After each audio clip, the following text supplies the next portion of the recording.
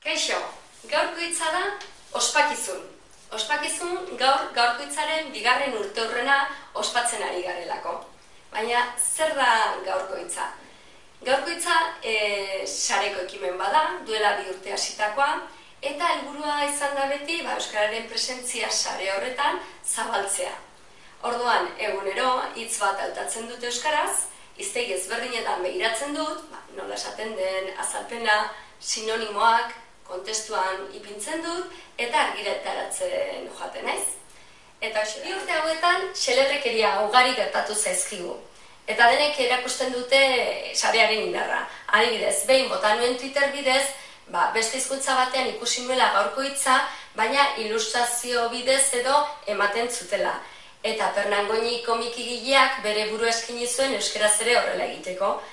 Egon gara denboraldi batean, igandero, berak bidaltzen zidala ilustrazioa eta nik bideo bat atontzen nuen, gaurko hitza, nik grabatuta ahoz eta bere ilustrazioarekin. Mila esker, Pernan, izugarri izan da, zurekin lan egitea. Horretaz aparte, beste xelebrekeria bat, nik ikusten nuen, egunero botatzen nuen gaurko hitza Twitter bidez, eta norbaitek, pertsona batek, botatzen zuen, retuiteatu egiten zuen, hau da zabaldu egiten zuen hitz hori, baina ematen zuen euskeraz eta japonieraz. Gerora jakin nuen, pertsona hori Mark Adler Amerikarra zela, Texasekoa, eta berak jarraitzen du ematen egunero gaurko hitza euskeraz eta japonieraz. Beraz, horrelako gauza gertatzen dira.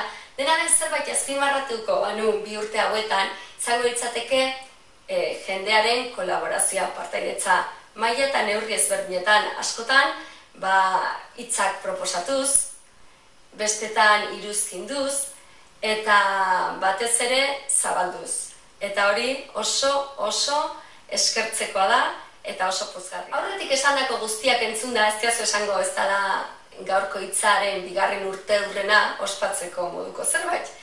Eta horretarako pentsatu nuen lagunak entredatzea. Eta esanien, zergatik ez duzu zuek hautatzen euskerako ezko hitz bat, bideo bat grabatzen eta YouTubera igotzen. Eta horrelaxe egin dute, eta horrelaxe egin duzue, eta emaitzak zoragarriak dira. Begibistakoak hortxe hauzkezue denak ikusteko moduan. Eta gainera espero dut, egunean zehar eta astean zehar, bideoak bidaltzen jarraitzea. Beraz, gaurko hitza ospakizuna da, baina 1000 esker ere bada. 1000 esker beti hor egoteagatik. Eta gauza bat, bukatu horretik, gaur egun osoan zehar, handik eta hemendik ibiliko naiz, baina inon topo egiten bali badugu jakin, xerdi guztiak nire kontu izango direla.